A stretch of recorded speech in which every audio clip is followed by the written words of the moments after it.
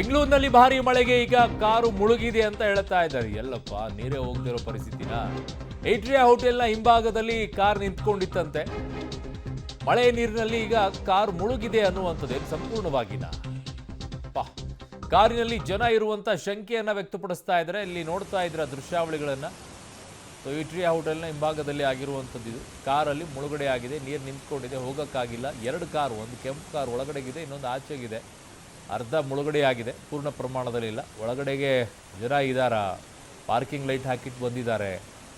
ಪರಿಸ್ಥಿತಿ ಏನು ನೋಡಿ. ಒಂದೇ ಮಳೆ ತಡ್ಕೊಳಕ್ಕಾಗ್ತಿಲ್ಲ ನಮಗೆ.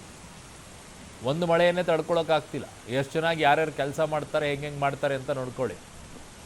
ಅವುಗಳನ್ನು ಕ್ಲೀನ್ ಮಾಡೋಂಗಿಲ್ಲ, ಏನಿಲ್ಲ. ಮೋರಿಗಳು ಕರೆಕ್ಟಾಗಿ ಇದಾವೋ ಇಲ್ಲ ನೋಡೋಂಗಿಲ್ಲ.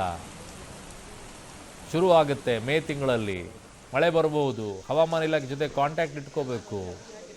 ಅವಾಗವಾಗ ಮೋರಿಗಳನ್ನು ಕ್ಲೀನ್ ಮಾಡಬೇಕು. ಏನೂ ಇಲ್ಲ. ಇಂಥದ್ದು ಅನಾಹುತ ಆದಮೇಲೆ ಈಗ ಅಂತ ಬರ್ತಾರೆ, ನೋಡ್ತಾರೆ. ಅವ್ರ ಕೆಲಸ ಅವ್ರು ಮಾಡಿದ್ರೆ ಎಲ್ಲ ಕರೆಕ್ಟಾಗಿ ಇರುತ್ತೆ. ಮಾಡೋದೇ ಇಲ್ವ ನೋಡಿ. ಹೆಂಗೆ ಮರಗಳೆಲ್ಲ ಬಿದ್ದಿವೆ. ಅವು ಬಿಡಿ, ಬೆಂಗಳೂರಿನಲ್ಲಿ ಮರಗಳೆಲ್ಲ ಶೋ ಪೀಸ್ ಆಗ್ಬಿಟ್ಟಿವೆ. ಅಲ್ಲಲ್ಲಿ ಶೋ ಬಿಡೋದು, ಅವುಗಳ ಮೇಲೆ ವಯರನ್ನು ನೇತಾಕೋದು, ಇಷ್ಟ ಬಂದ ರೀತಿಯಲ್ಲಿ ಅವುಗಳ ಬೋರ್ಡ್ ಹಾಕೋದು, ಅವ್ರನ್ನ ಕೆಳಗಡೆ ಬುಡ ಕಟ್ ಮಾಡೋದು, ಬೇರ್ಗಳನ್ನೆಲ್ಲ. ಇನ್ನೇನು ಮಾಡುತ್ತೇವೆ ಮರಗಳು. ಬೆಂಗಳೂರಿನಲ್ಲಿ ಬಿರು ಮಳೆಗೆ ಭಾರಿ ಅನಾಹುತಗಳೇ ಆಗಿವೆ ಈಗ.